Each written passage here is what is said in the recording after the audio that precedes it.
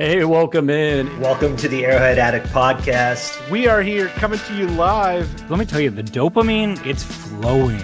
I am damn excited. Damn excited. We are so excited to be joining you guys tonight. Oh! Well, how you doing, man? Patrick. Will Sterling. Yeah. Super Bowl champion, two-time Pro Bowler, and Trent Green. Trent Green, how you doing? Hey, what's going on, guys? And he picked it up! He picked it up! He's gonna score!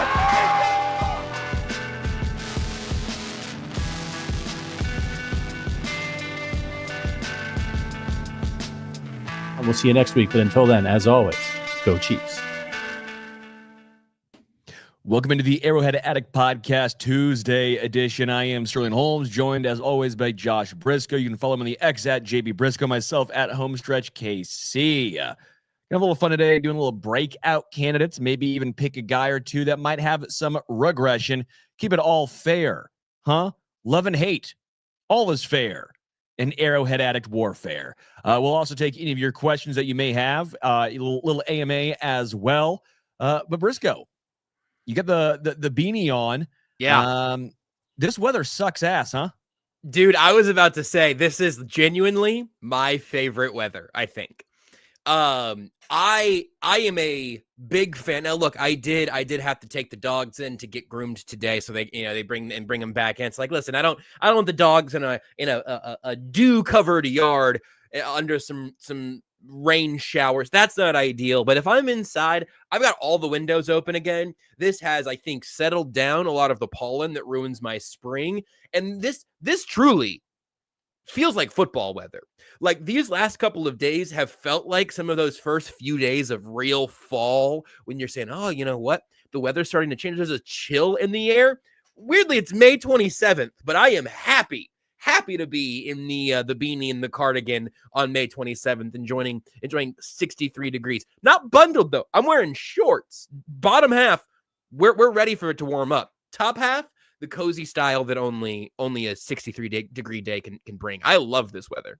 Yeah, don't look at my bottom half. That's why we do a podcast. I never do. And I'm wearing jeans. Actually, wearing jeans. Quite frankly. Boots today? No boots. No today. Timbs? Converse today. Really? Could have wore the Timbs today with Felt like with today would have been a day for the Butters. Yeah, I kind of put them away though for the winter. And, that makes sense. For the May. Yeah. So yeah, who would have thought? But yeah, here we are. No, 95 and sunny. That is where I'm. The pool's opened, so bleep I off, can't dude. go to the pool. Go to hell, where it's also 95 and sunny. Hey, go to hell. I bet you'd enjoy it. I mean, if it's warm. I know. That's what I'm saying. I feel like that's boy fun for can't you. do That cold. is literally my hell. If this is the weather in purgatory, I'm gonna just keep trying to play it right down the middle. I can hang out in this for a few thousand years. Okay, well, we're not talking purgatory because we're talking breakout and regression, okay? We're talking positives and negative. If we think they're going to be average, we ain't talking about you, baby. You're not involved in this conversation on this Tuesday. No chance, pal. Breakout candidates, regression candidates, and then AMA. So let's get into it. Let's have some fun. Where do you want to start first, regression or breakout? I want to go ahead and let's get a little negative in here because I feel like there are a lot of guys we can kind of paint the best case scenario with, and I'm curious where you're gonna go on regression because frankly there aren't a whole lot of guys who like overachieved last year, at least on the offensive side of the ball. Defensively, kind of a similar thing. So I'm very curious to know where your first regression candidate lies. Yeah, well let's start with. Let's maybe go through some positions first, like offensive line, to see if we can even find one. Yep. For example, I think Creed Humphrey is one of one, so I think he stays there. Trey Smith, I think we all have an understanding of what he is. He is a really, really good guard, top 15 guard, maybe a top 10 guard, with some slight limitations, right? We kind of know what he, in the pass protection situation in that scheme, and maybe a couple more penalties than we'd like to see. That's keeping him from that Joe Tooney level, but he's also a very, very good guard, and we want him here in KC. I'm a little stressed about the whole contract picture, but I don't think he's a regression candidate. Exactly. Right tackle, Jawan Taylor. Well, he can't really regress. I sure hope not, because if he does, that's Well, he's not playing for KC if he regresses. Left side, we don't know. So offensive line, I think we're good there. I think when you get to the running back room, there's some interesting conversations to have. I think if we were to say, is Kareem Hunt going to have a regression based on the amount of counting stats because the amount of run he got late, I could hear the argument. I don't want to do that because I actually think there's some progression for Kareem this year, or at least in the same ilk of same counting stats, but better underlying metrics and maybe more yards per carry because he'll be fresher. I'm worried about Isaiah Pacheco, quite frankly. And I don't know how you want to view this as regression or not, but that's the first name I'm going to tab here. I don't think it's been a shock to some people. I really like Pacheco. I'm rooting for him. But I just have more questions than answers in regards to the amount of injuries he has already sustained in his career and the maybe lack of progression in the vision category, the short yardage category, to where I think, could be wrong, I think playing time is going to be a struggle for him this year. And maybe most people don't agree with me. It's not a situation that necessarily wants to happen. Maybe he comes back and he's 100% healthy and he looks like the Pacheco of his rookie season. That would be lovely. I just don't know if I see it. I just don't know. And because of all the questions, I think the running back room overall is a little bit better because of the bringing in of Elijah Mitchell, as well as the drafting of Rashard Smith. And again, the fewer carries overall that will be necessary for Kareem. I think he'll be fresher and a little more efficient, and he's a short yardage guy. I somewhat see Isaiah Pacheco being the odd man out as the season progresses. Brisco, do you agree, disagree, or see something different? Let me ask you real quick. Who's your favorite right now to start in week 1? Like who are you penciling in there right now? I don't have like a super strong take, but I'm curious where you put that. Yeah, I know it's interesting. I if you told me Pacheco got the first carry, I'd buy it. But I would also buy it if it was Mitchell or Kareem. I almost am leaning Kareem Hunt, which is wild to me because I did not think I'd be there. Yeah, I think to answer your original question, I still kind of think Kareem Hunt might be closer to the wrong side of the bubble than he is to the starting job right now, which isn't to say that he couldn't still get the first carry of the season, because it depends on what you want from these running backs in relatively specific roles. I am not necessarily buying a regression for Isaiah Pacheco, at least in part because I don't think he's regressing from what we saw back from injury. I think he's going to be a better version of himself than what we saw at the very, very end of the season, because he was still kind of forcing his way back there, and then he'll have a whole offseason to heal, an entire offseason and preseason to get back up to speed. And even like the recurring injury issues that you mentioned, those are like obvious. We've seen them. It would be silly for me to pretend they didn't happen, but it's not like it's the cycle of repeated injuries to the same area or the same type of thing. Even like last year, he just got terrible luck. And I think it probably cost him what would have been a pretty nice season. Now, look, that running back room was way too thin, and I think Samaje Perine was always playing catch-up since he wasn't there in training camp, and Carson Steele was not Rashard Smith, what I expect Rashard Smith to be this year. I think Isaiah Pacheco is probably still my pick to lead this running back room in, let's say, snaps across the entire season. I think he's the incumbent. I do think he will, and frankly should, be relegated a little bit outside of this like RB1 kind of standard that I think a lot of people were trying to elevate him to after the start to his career. I think for me this season, Isaiah Pacheco is probably just going to be the back that I've kind of always seen him being, as a guy that does have some unique qualities, does have a unique pop to him, and a great energy out of your backfield. But I think it's going to be, I buy that it's running back by committee this year. I don't think it's going to be explicitly at Isaiah Pacheco's expense, if that makes sense. Yeah, I think I agree with Steve Cashman in the chat. It says Pacheco will start and lose time little by little as the year goes on. Again, it's not all a knock on Isaiah Pacheco, but again, when I say regression, I want to pick someone, or else this would be a very, very boring show. And it's a guy I've somewhat had some questions about. So for this segment, at least, I'm going to say the questions are not answered. In his first 2 years, he was 830 yards, 5 touchdowns, and what was that? 4.9 yards an attempt. Phenomenal, right? Really, really good. Second year, he had 935 yards, 7 touchdowns, 4.6 yards an attempt. Really, really good. That's a very effective player. Even if some of the pass game lead left a little to be desired, it was a lot better that sophomore year for him. But then last year, I know a lot of it was post-injury, but he didn't look great beforehand, for being truthful. 3.7 yards a carry, 310 yards, 1 touchdown. Again, yeah, I think it'll be somewhere in between those numbers, right? I think it'll be maybe closer to that, first and second year. I think Elijah Mitchell brings you more juice. I think if he's healthy, I think he brings you more athleticism and electricity. I think that Kareem Hunt brings you your short yardage situations as well as your better pass protector and legitimate third down back. Rashard Smith is your change of pace guy if you need to bring him in. Again, I just don't know if there's a single skill set that a Pacheco has that is better than the other 3 guys. The other 3 guys, I see a specific role for them.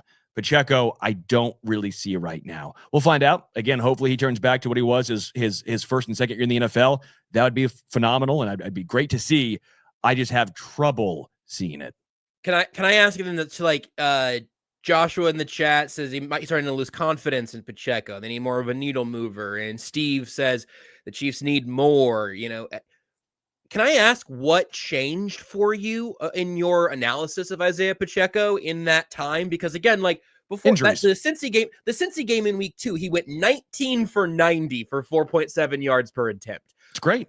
I don't know what, because I don't think it makes any sense really to look at him at the end of last season and to identify like that's the guy he's going to be next year, when we know he was coming off a serious lower body injury that knocked out the middle chunk and most of his season, and then obviously led to him not being 100% the rest of the way.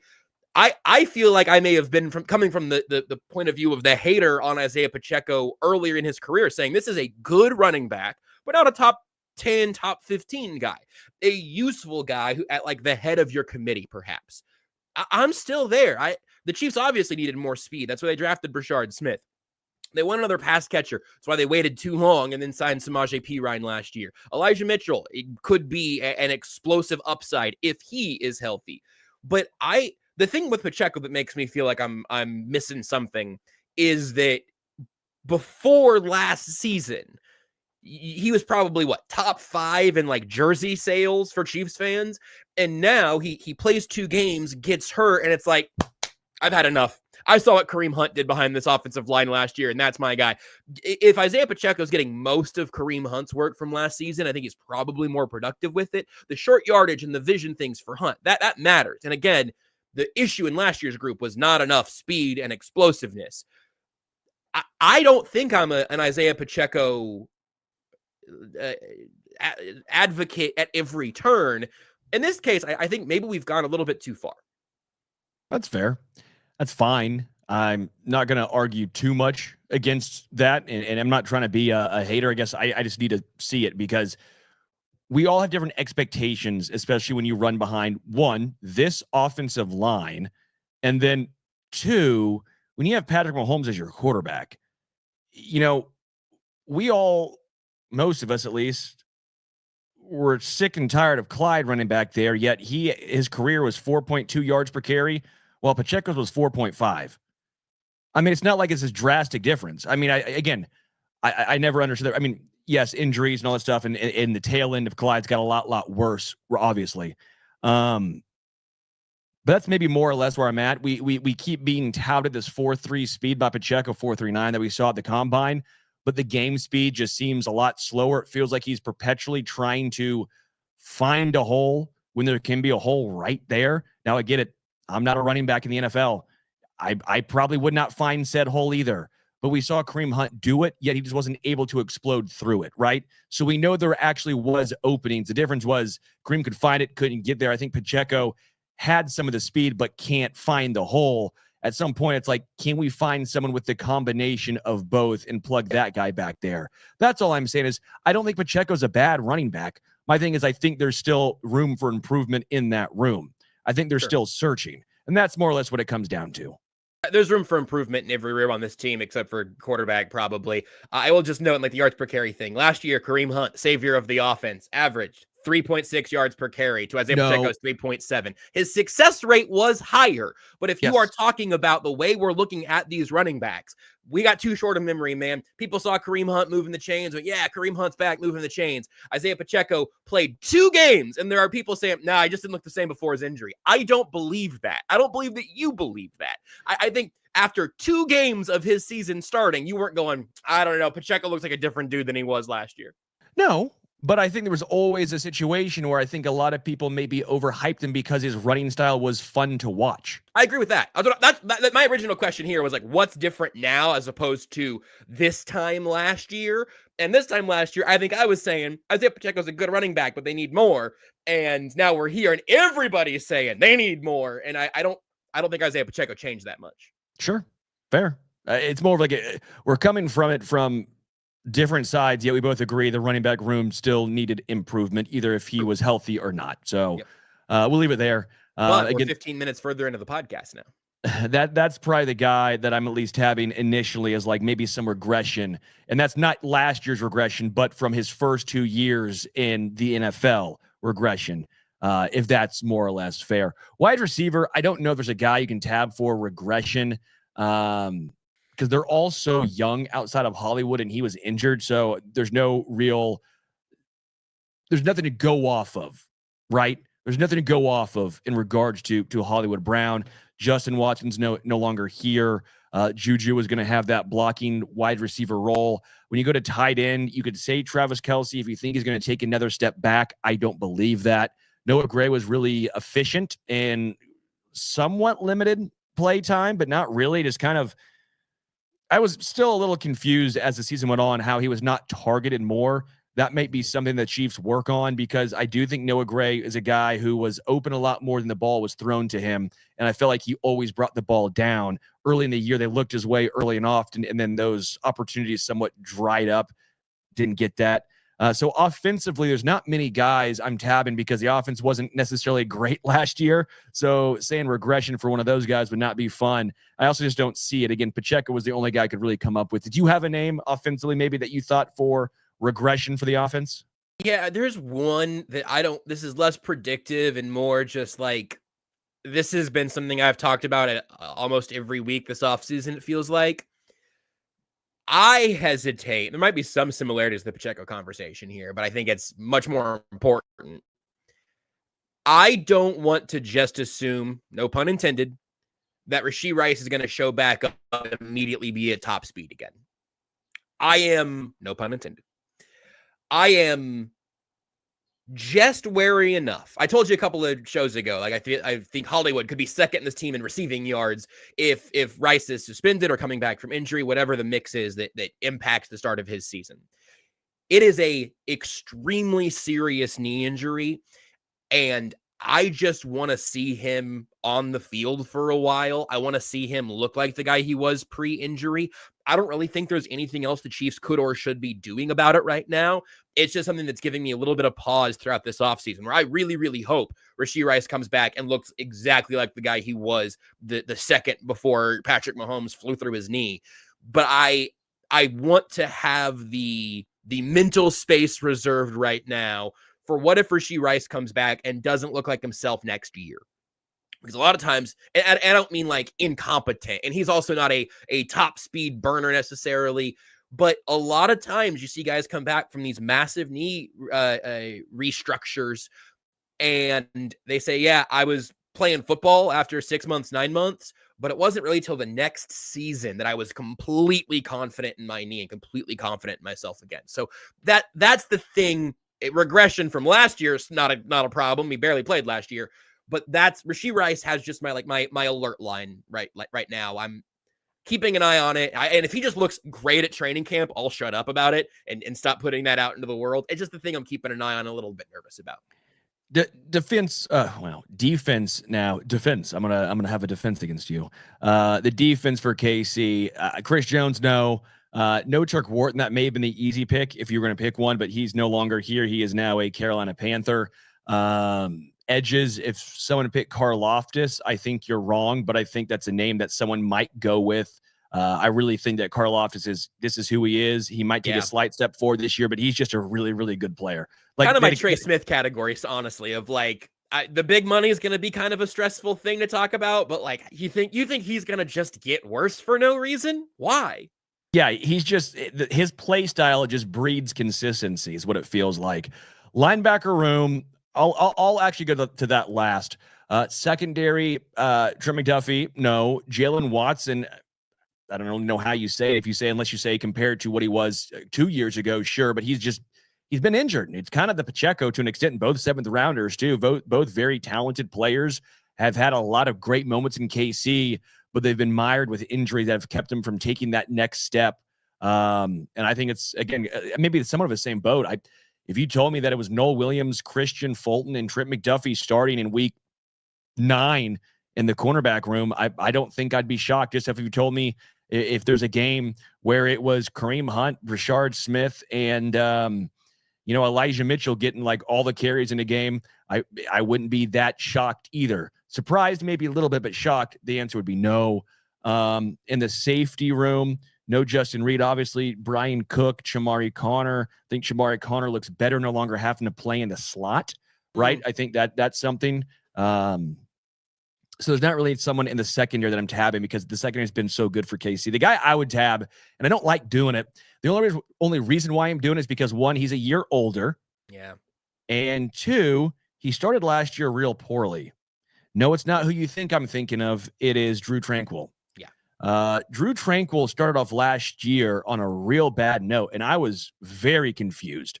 He was really struggling in pass coverage, struggling in the run game, and I was like, did he just hit a wall? Because the first 4 or 5 games of the season, it was very confusing. And then he turned it around and was the same Drew Tranquill we saw the Chiefs want to go out and re-sign to that contract. And that was nice to see. But I wonder if that stretch of poor performance would linger. I don't know if I would tab him for regression, but that'd at least be a name that I would keep an eye on again because he's a year older and because we saw at least a stretch last year to start the season that wasn't great. I mean, it was, again, at least I thought I was sitting here going, what happened to Drew Tranquill?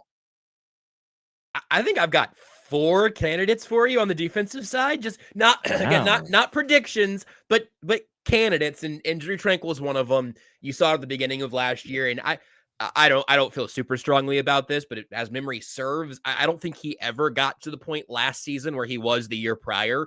And even as it improved somewhat, I don't think you ever saw quite that guy. I'm willing to revisit that and be proven wrong, but that's kind of where my memory is on Tranquill. On the defensive line, I'm going to give you 2 categories. One of them is the Mike Dana category, which I don't think it's going to be worse than last year because last year he was playing through a lot of injuries, but he's also one of those guys who is slightly probably on the other side of the aging curve now, where I think you probably have seen his best football. He got paid for his best football, and then last year was disappointing. This year is going to be an interesting kind of water level for him. If he has an improvement on last year, he might be looking for another contract next offseason and getting paid, and good for him. But another guy to watch, kind of in that similar Tranquill mode of a guy just coming off of a bit of a disappointing season. I'm going to give you the nose tackle position, and I'm going to give you Mike Pennell. I don't think he's going to regress in the same way of like, what is he going to shrink? Like, he's still big and strong in Mike Pennell, and I think the Chiefs must feel pretty good about him, and I guess Marlon Tuipulotu as the 2 noses on this team right now. There's, I guess, Fabian Lovett, depending on who you ask, is in the mix there a little bit too. But I need to see what the plan is there because that hasn't really gotten younger or better. And now Derek Notty's gone. I am going to actually go pick a guy in the secondary, though. Your logic was good on Shamari Connor. I am afraid for Shamari Connor. I think it was obvious. I got the receipts on this last year, like forcing him into the slot because you needed to have McDuffie on the outside and you didn't like your cornerback numbers. That was a weird call from the beginning. I don't want to just like, it was a mistake and Steve Spagnuolo knows it. But I think it was a Band-Aid and Spags knew it. You know, they didn't just go sign another young safety this offseason. They got Christian Fulton who can play on the outside and Trent McDuffie is getting freed up again.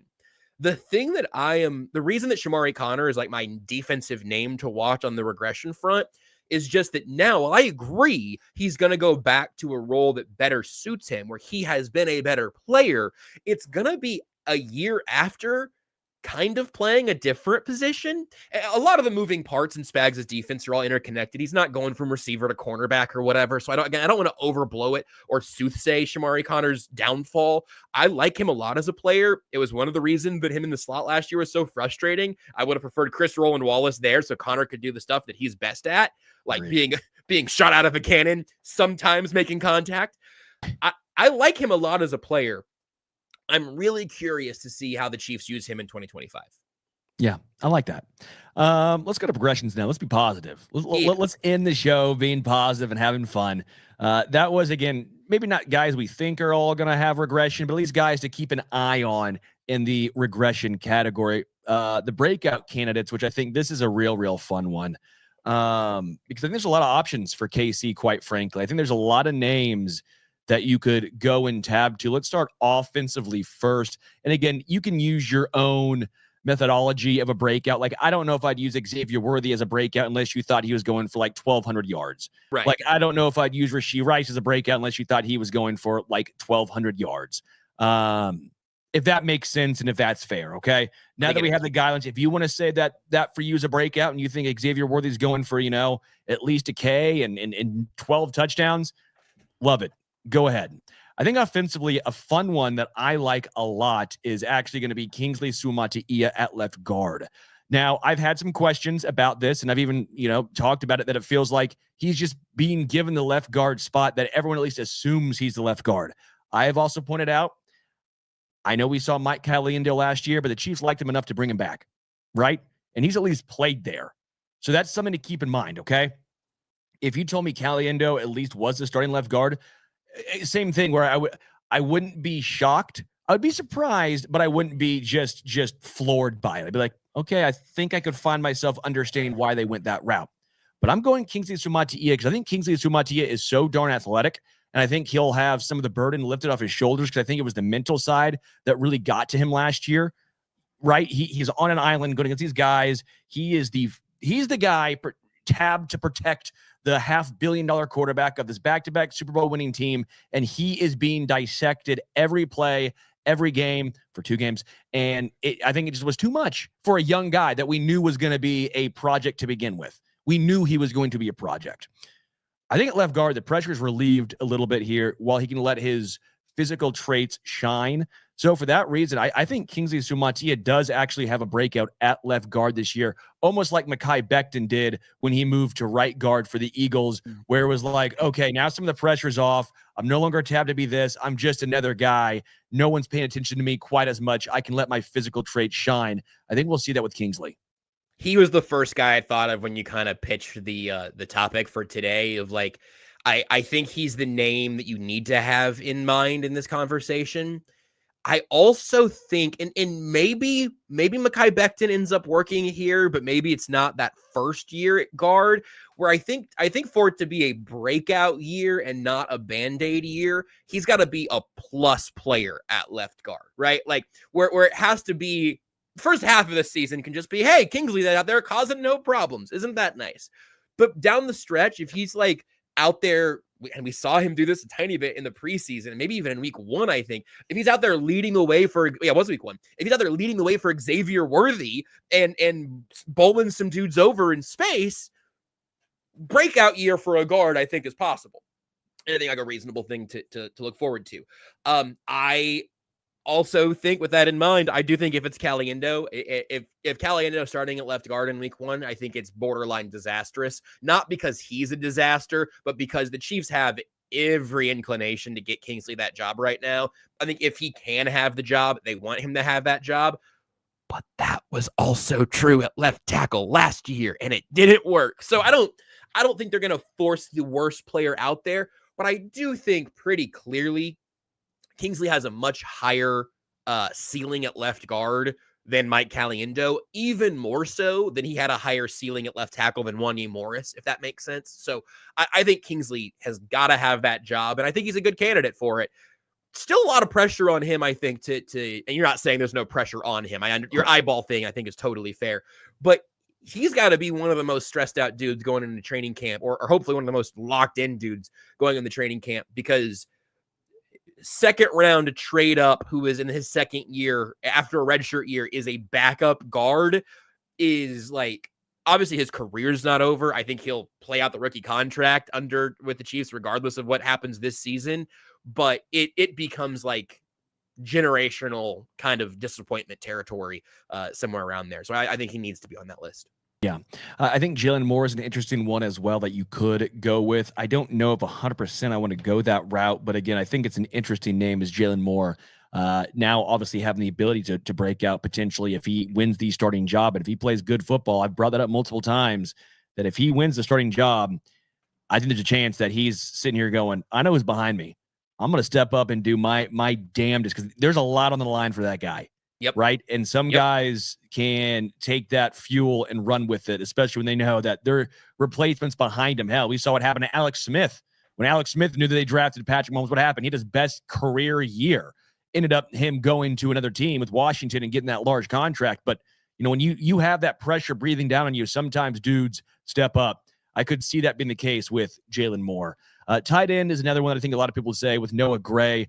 I don't know if I want to go with that one. I think, again, if I had to pick one guy, I think I would pick Kingsley. I think Noah Gray's interesting. I just don't know what would have to constitute a breakout, like 850 yards.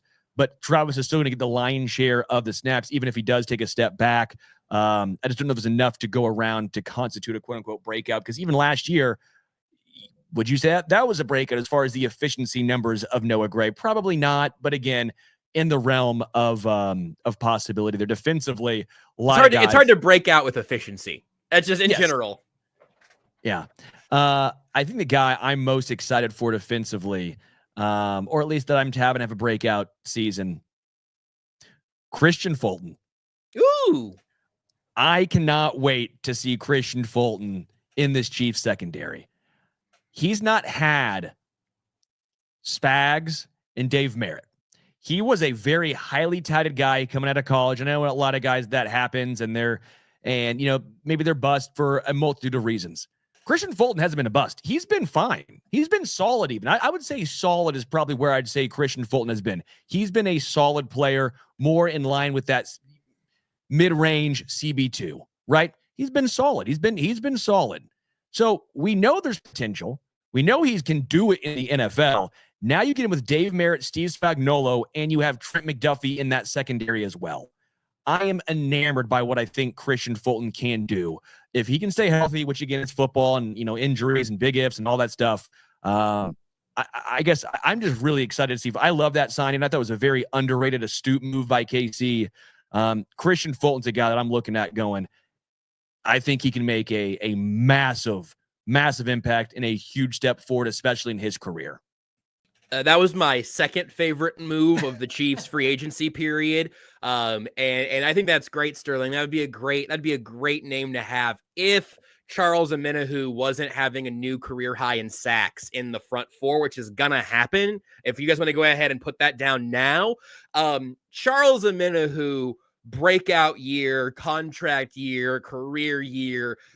I'm dead serious. Think there's a 10% chance that he has a Pro Bowl year. And that's really hard. And there are a lot of good edge rushers. I'm saying that 10% is no slight.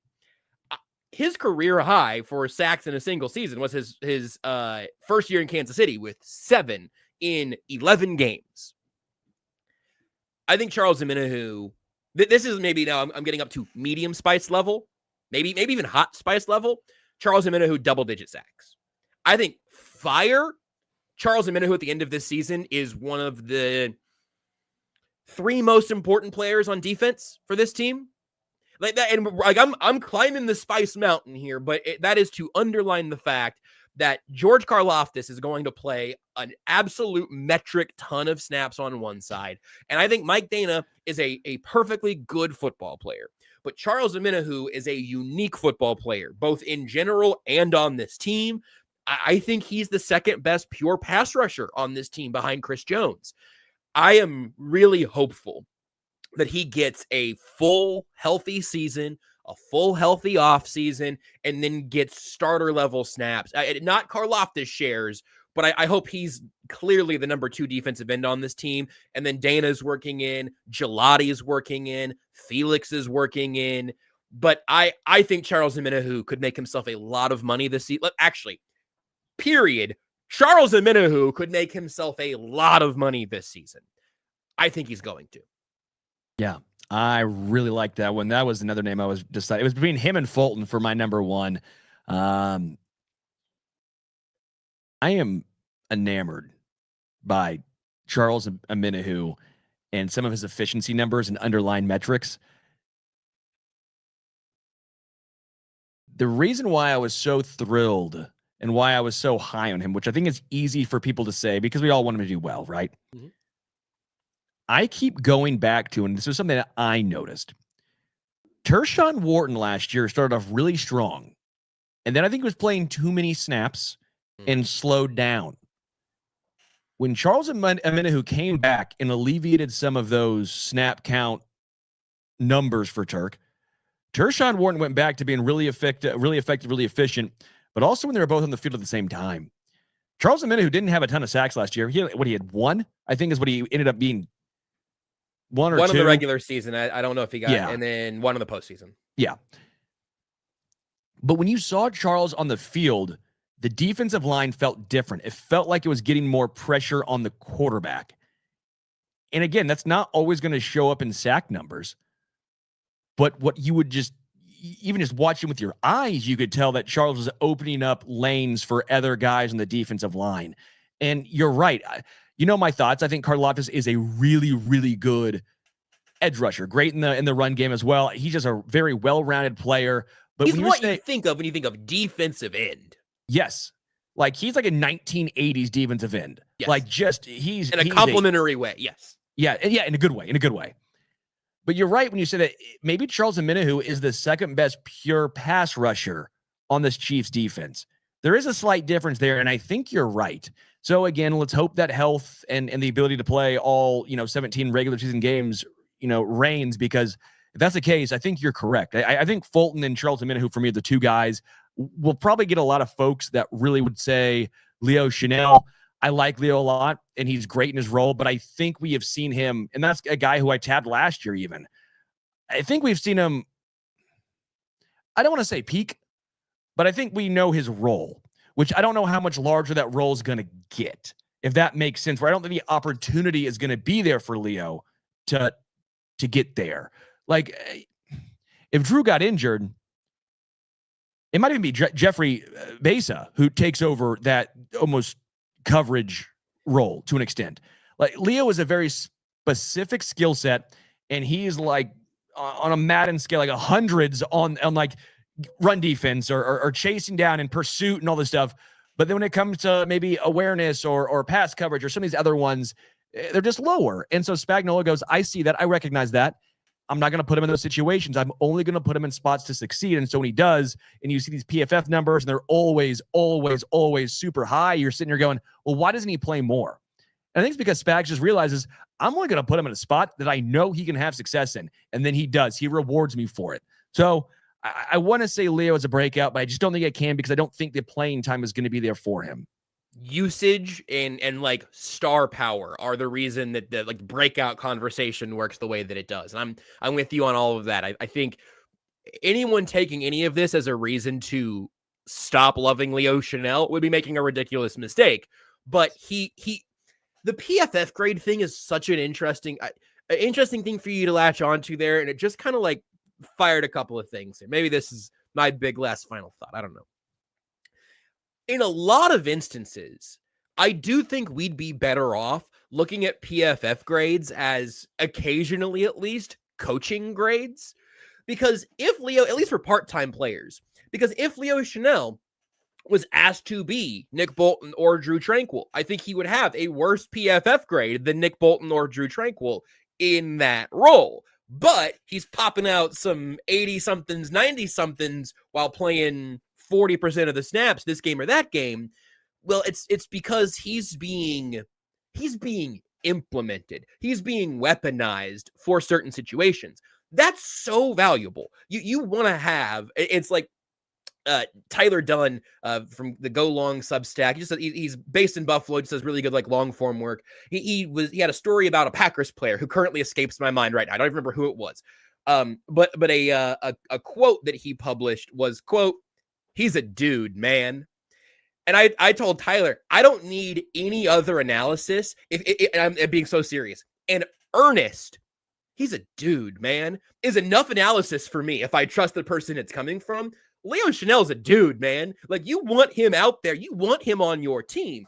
But when you have a weapon of a player like Chanel, you do have to acknowledge that in football, part of the game is the numbers game. It's making you play with the pieces that I want you to play with so I can play with the pieces that I want to play with.